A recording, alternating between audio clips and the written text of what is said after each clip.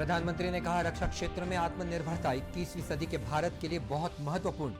नौसेना की पहली स्वावलंबन संगोष्ठी में हुए शामिल। छत्तीसगढ़ विधानसभा का मॉनसून सत्र कल से, अनुपूरक बजट पेश करेगी सरकार।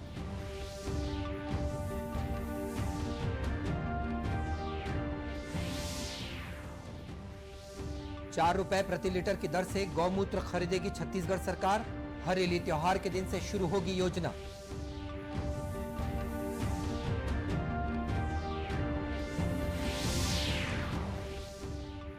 और हरियाली को बढ़ावा देने आगे आया राजभवन। प्रदेश के सभी निजी विश्वविद्यालयों को दिए 100 पेड़ लगाने के निर्देश।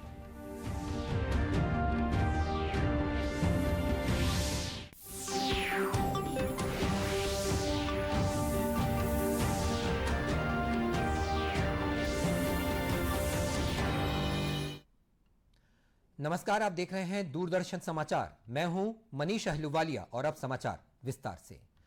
प्रधानमंत्री नरेंद्र मोदी कल नई दिल्ली में आयोजित नौसेना नवाचार और स्वदेशीकरण संगठन के कार्यक्रम में शामिल हुए। इस अवसर पर प्रधानमंत्री ने कहा कि 21वीं सदी के भारत के लिए रक्षा क्षेत्र में आत्मनिर्भरता का लक्ष्य बहुत महत्वपूर्ण है। श्री मोदी ने कहा कि आत्मनिर्भर नौसेना के लिए पहली स्वावलंबन संगोष्ठी का आयोजन इस दिशा में एक महत्वपूर्ण कदम है। उन्होंने कहा कि भारत की आजादी के 100 वर्ष पूरे होने के अवसर पर भारतीय नौसेना को अभूतपूर्व ऊंचाइयों पर ले जाने का लक्ष्य होना चाहिए। उन्होंने यह भी कहा कि 75 स्वदेशी प्रौद्योगिकी बनाना पहला कदम है और इसमें लगातार वृद्धि होनी चाहिए। श्री मोदी ने कहा कि युद्ध का केंद्र अब अंतरिक्ष, साइबर स्पेस, आर्थिक और सामाजिक क्षेत्र की ओर बढ़ रहा है। प्रधानमंत्री ने इस बात पर भी बल दिया कि भारत के आत्मविश्वास और आत्मनिर्भरता को चुनौती देने वाली ताकतों के विरुद्ध युद्ध तेज किया जाना चाहिए। नेवी के लिए 75 इंडिजीनियस टेक्नोलॉजीज का निर्माण करेंगे, ये संकल्प ही अपने आप में बहुत बड़ी ताकत है। और आपका पुरुषार्थ, आपका अनुभव, आपका ज्ञान इसे जरूर सिद्ध करेगा। आज जब भारत अपनी आजादी के 75 का पर्व मना रहा है, अमृत महोत्सव मना रहा है, तब ऐसे लक्ष्यों की प्राप्ति आत्मनिर्भरता के हमारे लक्ष्यों को और गति देगी।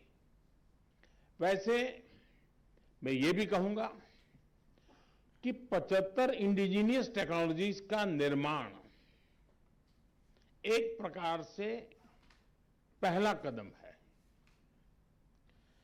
हमें इनकी संख्या को लगातार बढ़ाने के लिए काम करना है। आपका लक्ष्य होना चाहिए कि भारत का जब अपनी आजादी के 100 वर्ष का पर्व मनाए, उस समय हमारी नौसेना एक अभूतपूर्व ऊंचाई पर हो। साथियों, हमारे समंदर, हमारी तटीय सीमाएं, हमारे आर्थिक आत्मनिर्भरता के बहुत बड़े संरक्षक भी और एक प्रकार से संवर्धक भी है। इसलिए भारतीय नौसेना की भूमिका निरंतर बढ़ती जा रही है। इसलिए नौसेना के साथ ही देश की बढ़ती जरूरतों के लिए भी नौसेना का स्वावलंबी होना बहुत आवश्यक है। प्रधानमंत्री ने इस अवसर पर स्प्रिंट चुनौतियों का अनावरण किया। इसका उद्देश्य भारतीय नौसेना में स्वदेशी प्रौद्योगिकी के उपयोग को बढ़ावा देना है। राष्ट्रपति चुनाव की मतगणना गुरुवार 21 जुलाई को संसद भवन परिसर में सुबह 11 बजे शुरू होगी। देश का नया राष्ट्रपति चुनने के लिए कल दिल्ली में संसद भवन, राज्य विधानसभाओं और अन्य निर्धारित स्थानों पर वोट डाले गए। 99% से अधिक मतदाताओं ने मतदान में हिस्सा लिया।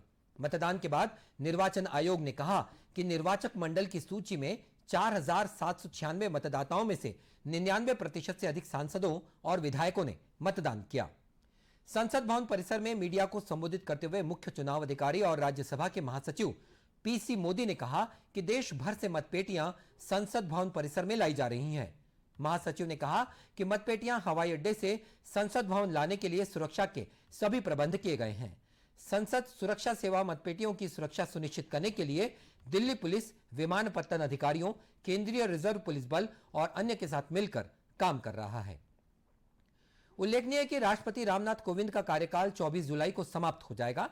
झारखंड की पूर्व राज्यपाल द्रौपदी मुर्मू एनडीए की राष्ट्रपति पद की उम्मीदवार हैं, जबकि पूर्व केंद्रीय मंत्री यशवंत सिन्हा विपक्षी उम्मीदवार के रूप में चुनाव लड़ रहे हैं। छत्तीसगढ़ विधानसभा का मॉनसून सत्र कल से शुरू हो रहा है। 27 जुलाई तक चलने वाले सत्र के लिए 894 सवाल लगाए गए हैं।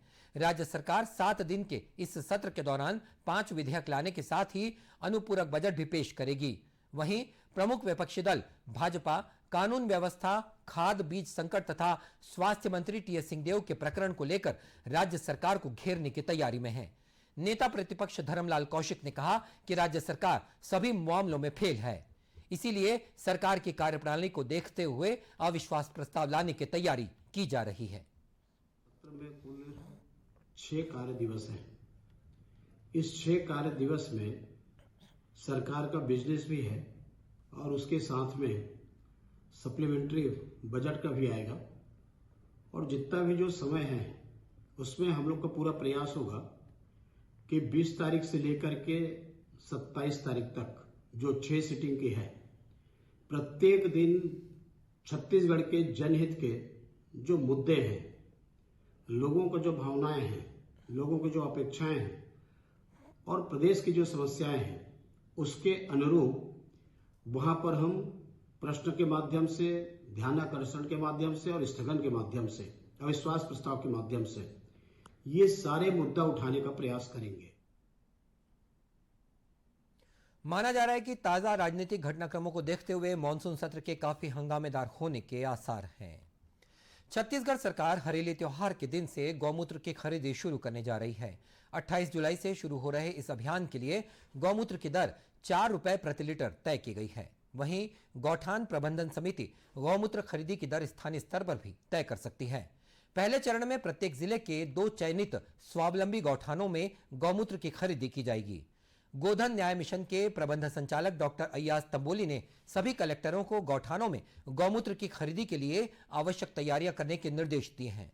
उन्होंने कहा कि गौमूत्र की खरीदी गौठान प्रबंधन समिति के खाते में उपलब्ध गोधन न्याय योजना से मिली राशि और उसकी ब्याज राशि से की जाएगी। उन्होंने कलेक्टरों को अपने अपने जिलों के 2 स्वावलंबी गौठानों, स्व सहायता समूह का चयन करने, गौठान प्रबंधन समिति तथा स्व सहायता समूह के सदस्यों को प्रशिक्षण देने के साथ ही गौमूत्र परीक्षण संबंधी किट और उत्पाद भंडारण हेतु आवश्यक व्यवस्था करने को भी कहा है। कलेक्टरों को चयनित गौठान और स्व सहायता समूह की सूची शीघ्र उपलब्ध कराने को कहा गया है। उल्लेखनीय है कि हरेली के दिन से ही गोधन न्याय योजना की शुरुआत की गई थी और अब इस महत्वाकांक्षी योजना की शुरुआत भी हरेली के दिन से होने जा रही है।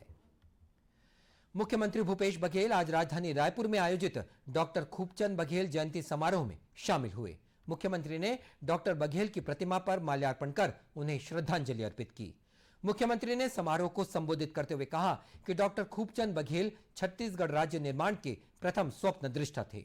मुख्यमंत्री ने कहा कि डॉक्टर बघेल एक गंभीर चिंतक, विचारक, स्वतंत्रता संग्राम सेनानी, समाज सेवक, समाज सुधारक, लेखक होने के साथ ही एक कलाकार भी थे। उन्होंने कहा कि वे जीवन भर रचनात्मक और किसान मजदूर हितैषी गतिविधियों से जुड़कर छत्तीसगढ़ की सेवा करते रहे।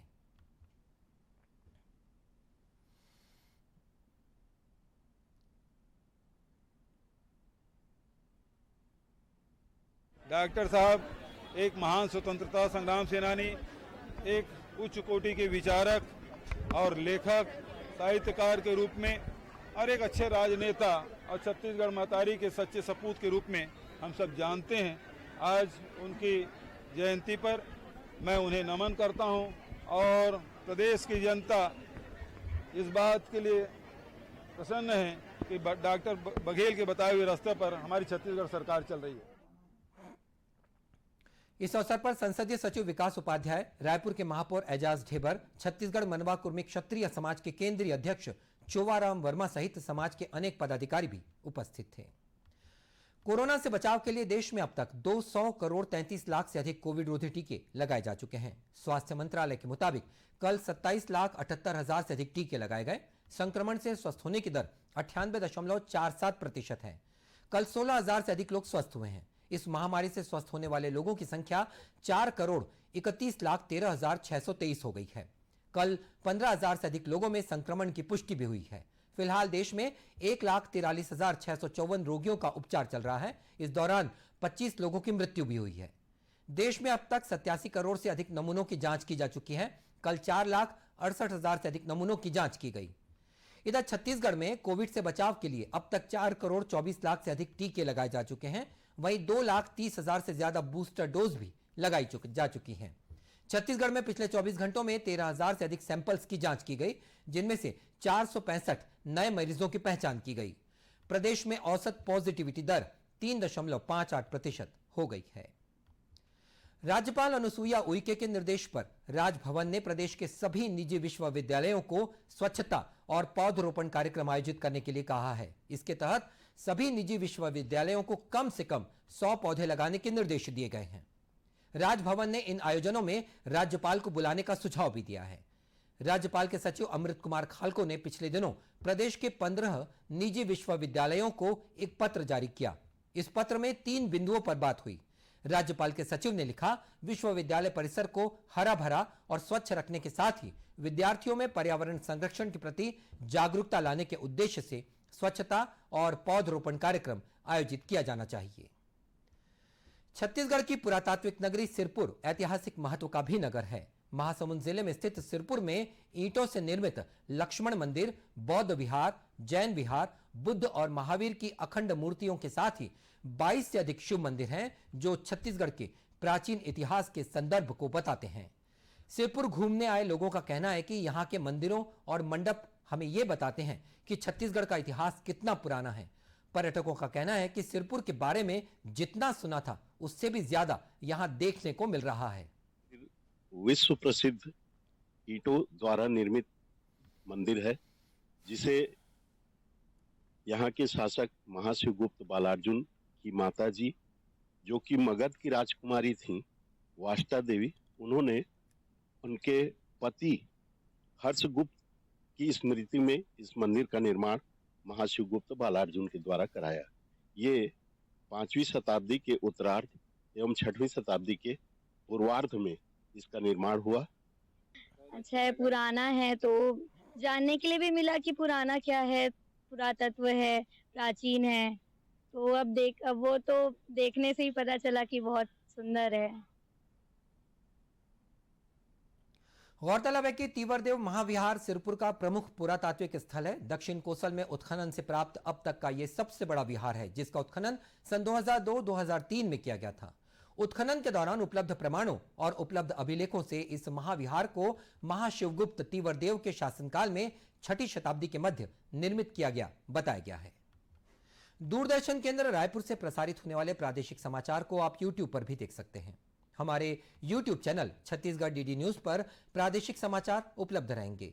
YouTube चैनल का लिंक और QR कोड आप स्क्रीन पर देख सकते हैं। अपने एंड्रॉइड फोन से QR कोड स्कैन कर आप छत्तीसगढ़ डीडी न्यूज लिंक पर जा सकते हैं। इसके अलावा छत्तीसगढ़ डीडी न्यूज फेसबुक और ट्विटर पर भी उपलब्ध है। और बुलेटिन के अंत में अब मुख्य समाचार एक बार फिर। प्रधानमंत्री ने कहा, रक्षा क्षेत्र में आत्मनिर्भरता 21वीं सदी के भारत के लिए बहुत महत्वपूर्ण। नौसेना की पहली स्वावलंबन संगोष्ठी में हुए शामिल। छत्तीसगढ़ विधानसभा का मॉनसून सत्र कल से, अनुपूरक बजट पेश करेगी सरकार।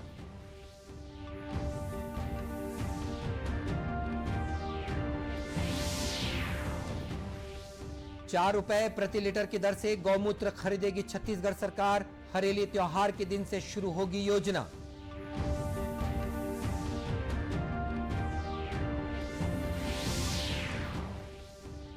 और हरियाली को बढ़ावा देने आ गया राजभवन। प्रदेश के सभी निजी विश्वविद्यालयों को दिए 100 पेड़ लगाने के निर्देश। और इसी के साथ ये समाचार बुलेटिन समाप्त हुआ। नमस्कार।